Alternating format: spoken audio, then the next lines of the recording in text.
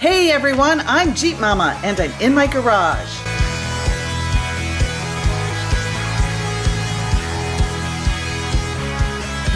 It used to be my garage at one time. During those times I was struggling.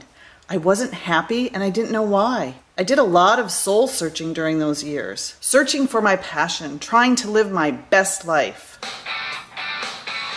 Hey everyone, I'm Jeep Momma and I'm out here in my garage getting ready to share with you my top 5. Living your best life brings you happiness. I knew that to be true, but how do you do that? I found to live your best life, you need to get rid of your worst life. But how do you do that? Here are my top 5 tips to start living your best life. First, you have to get your brain in the right mindset. Tip number 1 will help you do that. We've been programmed by the media and corporate America that we need to have stuff. We need to fulfill our lives with all this stuff and all these things to live a good life, a happy life. Well, that's not true. So we need to deprogram our brains. And you can do that by taking these steps slowly. That's what worked for me anyway. So number 1,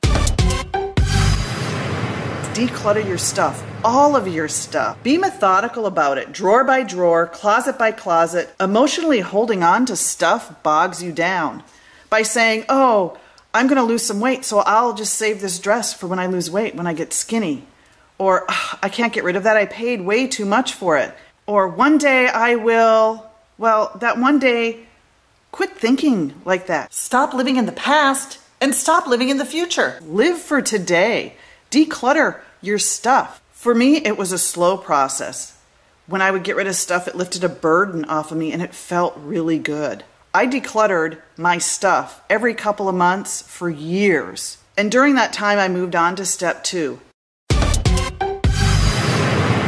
Declutter your electronic life. Reduce your social media sites, reduce information overload, and disconnect from the world once in a while. Number 3,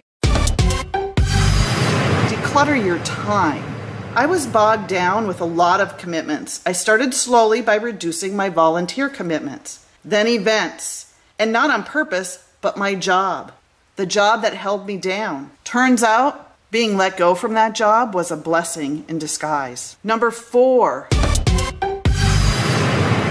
declutter your relationships. This one is hard, but very necessary. Get rid of those negative relationships. Cut those negative people out of your life, whether online or in person. A couple of days ago, I came back to Maryland to visit my kids. Coming back to this garage with all this stuff and the big city and the traffic and the people and no nature and no mountains, I knew it was time for number 5.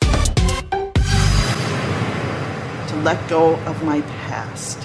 I was grieving a loss of my friends, my marriage, my home. It took me a long time to declutter my past. Until you can truly let go of your past, you can't live your best life. I finally accepted that life didn't make me happy.